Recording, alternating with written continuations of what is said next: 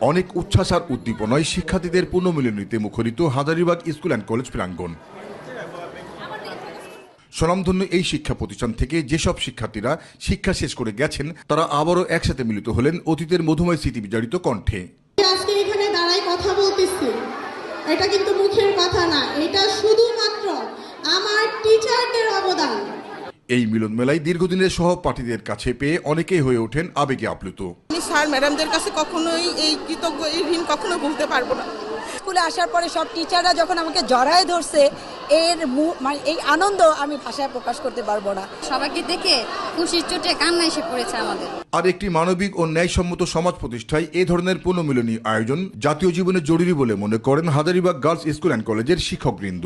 জাতীয় জীবনে মানবিক এবং ন্যায়সম্মত সমাজ গঠনের ক্ষেত্রে পুনর্মিলনীর কোনো বিকল্প নেই, কারণ যারা চলে গেছে এবং যারা বিদ্যমান দুয়ের মধ্যে একটা সেতুবন্ধন তৈরি করার ক্ষেত্রে একটা অনন্য ভূমিকা পালন করে এটি, যার ফলে একটা চেঞ্জ, যেটা ইতিবাচক পরিবর্তন যেটা আমরা চাচ্ছি সমাজের, সেটা কিন্তু এভাবেই গড়ে ওঠে।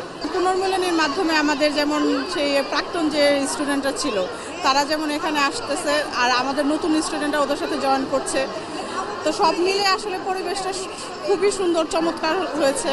পরে সাংস্কৃতিক অনুষ্ঠানের মধ্য দিয়ে দিনভর নতুন পুরাতন শিক্ষার্থীদের মিলন মেলায় চলে জম্পেশ আড্ডা।